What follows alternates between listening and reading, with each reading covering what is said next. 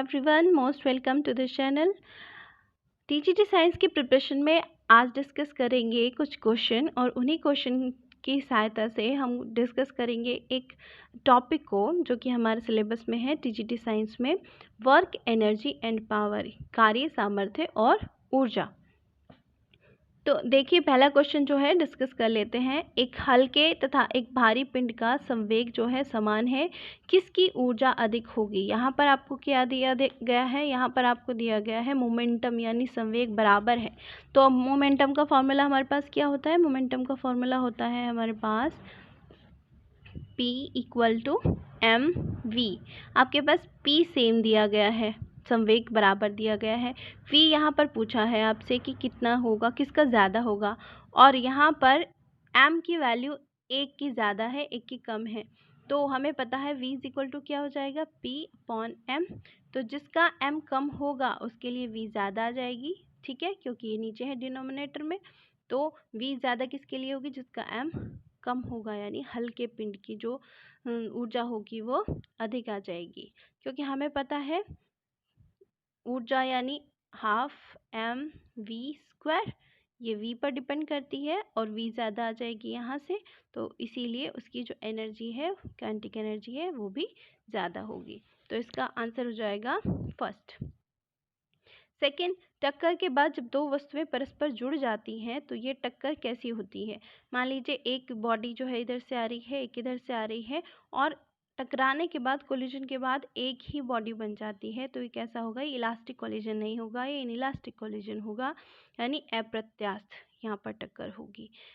Next question है, किसी निकाय की स्थितिज ऊर्जा में वृद्धि होगी यदि इस निकाय पर कार्य किया जाए।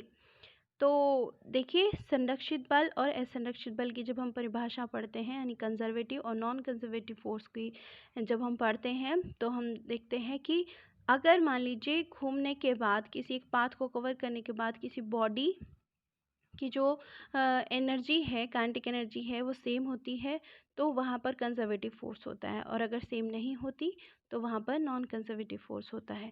तो यहाँ पर वृद्धि होनी है, इसका मतलब सेम नहीं होगा, तो ये जो बल होगा जिसके द्वारा वो चल रही है वो एक असंरक्षित बल होगा, नॉन कंजर्वेटिव फोर्स होगा। सेकेंड आंसर हो जाएगा। नेक्स्ट क्वेश्चन, आरंभ में एक स्थिर गोला फटकर समान द्रव्यमान के दो टुकड़ों में विभाजित हो जाता है। दोनों टुकड़े, एक गोला है और ये फटकर दो में विभाजित हो जाता है, और तब ये जो दो बने हैं वो किस दिशाओं में चलेंगे और कितनी वेलोसिटी से चलेंगे? तो ये कोई डिसाइड नहीं है, वो अलग अलग वेग से चलेंगे और अलग अलग दिशाओं में चलेंगे, तो इसका सेकंड आंसर हो जाएगा यहाँ पर। नेक्स्ट क्वेश्चन है, रेखीय संवेग संरक्षण का नियम न्यूटन के किस नियम का तर्कसंगत निष्कर्ष है? रेखीय संवेग यानी लीनियर मोमेंटम जो कंजर्वेशन का लॉ है, वो न्यूटन के किस लॉ से आया है, किस लॉ से संबंध रखता है? तो इसका आंसर है, देखिए हम सभी जानते हैं न्यूटन का जो थर्ड लॉ है, एक्शन टू रिएक्शन, वो उसका जो कंक्लूजन है वो वही ये है, ठीक है। तो जिसका आंसर हो जाएगा वो थर्ड लॉ हो जाएगा। कंजर्वेशन ऑफ लीनियर मोमेंटम जो है वो न्यूटन के थर्ड लॉ से संबंधित है। अब बात करेंगे नेक्स्ट क्वेश्चन की। तो नेक्स्ट क्वेश्चन बोलता है कि 1 किलोवाट घंटा किसके बराबर होता है? 1 किलोवाट घंटा, ये आपको याद रखना है कि 36 × 10⁵ जूल के बराबर होता है, तो इसका जो आंसर है वो फर्स्ट हो जाएगा।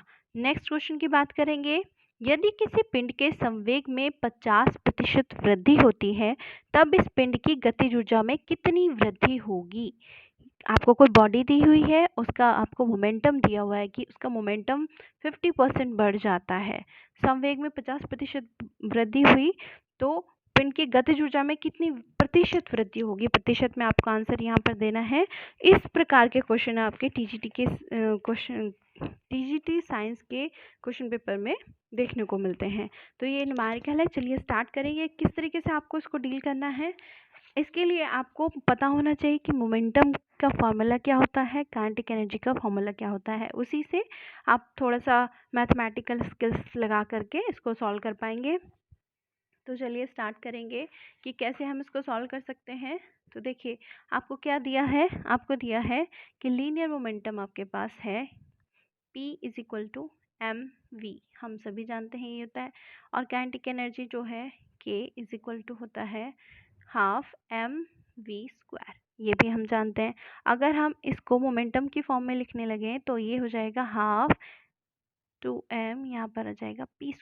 आप यहाँ पर p की वैल्यू रखिए, आपको यही मिल जाएगा। ठीक है, तो काइनेटिक एनर्जी को आप मोमेंटम की फॉर्म में इस तरह से लिख सकते हैं। हमें क्या दिया हुआ है कि बॉडी का जो मोमेंटम है वो चेंज कर दिया गया, यानी 50% बढ़ा दिया गया, 50% की उसमें इंक्रीमेंट हुई है। तो मान लीजिए पहले जो मोमेंटम था वो था p1 और बाद में हो गया p2। तो पहले था p1, बाद में हो गया p2। तो p2 क्या कैसे हुआ? p1 में 50% की वृद्धि के बाद। तो p1 इंटू यहाँ पे कितना आ जाएगा? 50 p1 प्लस अपॉन 100, ये होगी 50% का इंक्रीमेंट, 50% की वृद्धि। ऐसे करेंगे, इसको आप सॉल्व करिए, 1/2 आ जाएगा, p1/2 यहाँ से आ जाएगा, उसको यहाँ से सॉल्व करेंगे तो ये आपके पास आ जाएगा 3p1/2। तो ये हमने p2 की वैल्यू निकाल ली है इंक्रीमेंट के बाद, कितना मोमेंटम यानी संवेग हो गया है बॉडी का। तो अब हमें देखना है, क्वेश्चन में पूछा गया है कि गतिज ऊर्जा में कितनी वृद्धि होगी, यानी जो हमारा k2 है, ठीक है, k2 जो आया है उसमें कितने % की वृद्धि हुई है। ठीक है, k2 जितना भी हुआ है वो कितनी % की वृद्धि के बाद हुआ है। तो जो वृद्धि होगी वो कितनी होगी, जो इंक्रीमेंट है वो कितना हो जाएगा, वो जाएगा k2 माइनस k1। ठीक है, अगर हम इसको परसेंटेज में लिखना चाहें तो ये हो जाएगा k2 minus k1 upon k1 into 100। इस तरह से परसेंटेज निकाल सकते हैं। यहाँ पर हम वैल्यू पुट करेंगे k2 k1 की। ठीक है, तो वैल्यू पुट कर दीजिए, यहाँ पर हम वैल्यू रख देंगे किसकी फॉर्म में, मोमेंटम की फॉर्म में। तो ये हो जाएगी k2 है तो यहाँ पर p2 आ जाएगा, p2²/2m minus p1²/2m divided by p1²/2m into में 100।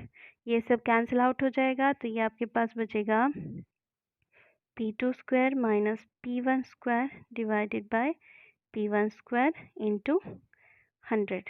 तो ये आपके पास मिलेगा। अब यहाँ पर हम वैल्यू पुट कर देते हैं p2 की p1 की फॉर्म में। तो 3p1²/2, तो 3 और 2 का भी यहाँ पर क्या हो जाएगा, स्क्वायर हो जाएगा, तो ये 6 हो जाएगा, सॉरी 3 का स्क्वायर 9 हो जाएगा और 2 का स्क्वायर 4 हो जाएगा। तो ये आपके पास minus p1² divided by p1² into में 100। तो ये आपके पास हो गया है। अब इसको आप सॉल्व करेंगे, p1 सारे में से कैंसिल आउट हो जाएगा, तो ये आपके पास कितना बचता है, 9/4 माइनस 1 इंटू में 100। तो ये आपके पास कितना बचता है, 5/4 इंटू 100।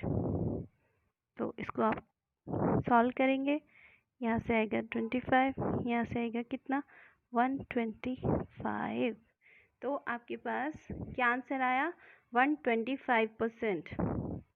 तो देखिएगा, अब हम बात करेंगे क्वेश्चन की। तो क्वेश्चन में 125% एक ऑप्शन है, तो ये राइट आंसर हो जाएगा आपके पास।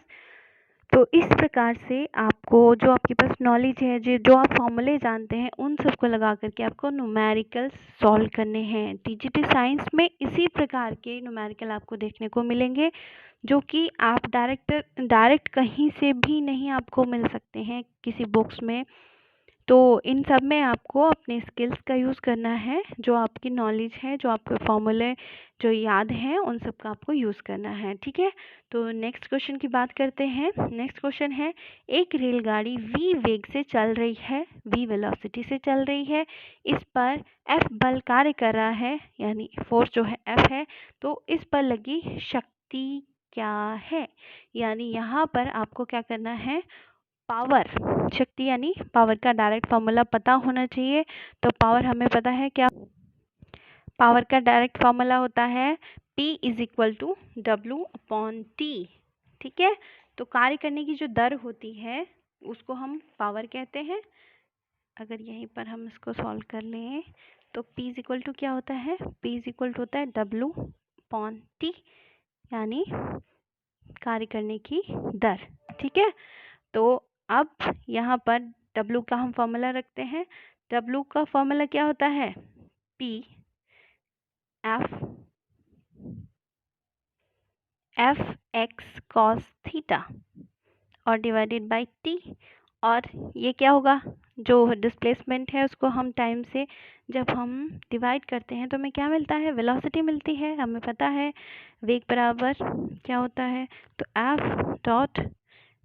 एफ वी कॉस थीटा इसको लिख सकते हैं। और अगर इसको डॉट प्रोडक्ट में आप लिखना चाहेंगे तो एफ डॉट वी यहाँ पर मिलेगा पी का फॉर्मूला। तो जो आपके पास पावर यानी सामर्थ्य है उस या शक्ति है वो क्या हो जाता है, पी एफ वी। ठीक है, एफ डॉट वी आप इसको लिख सकते हैं।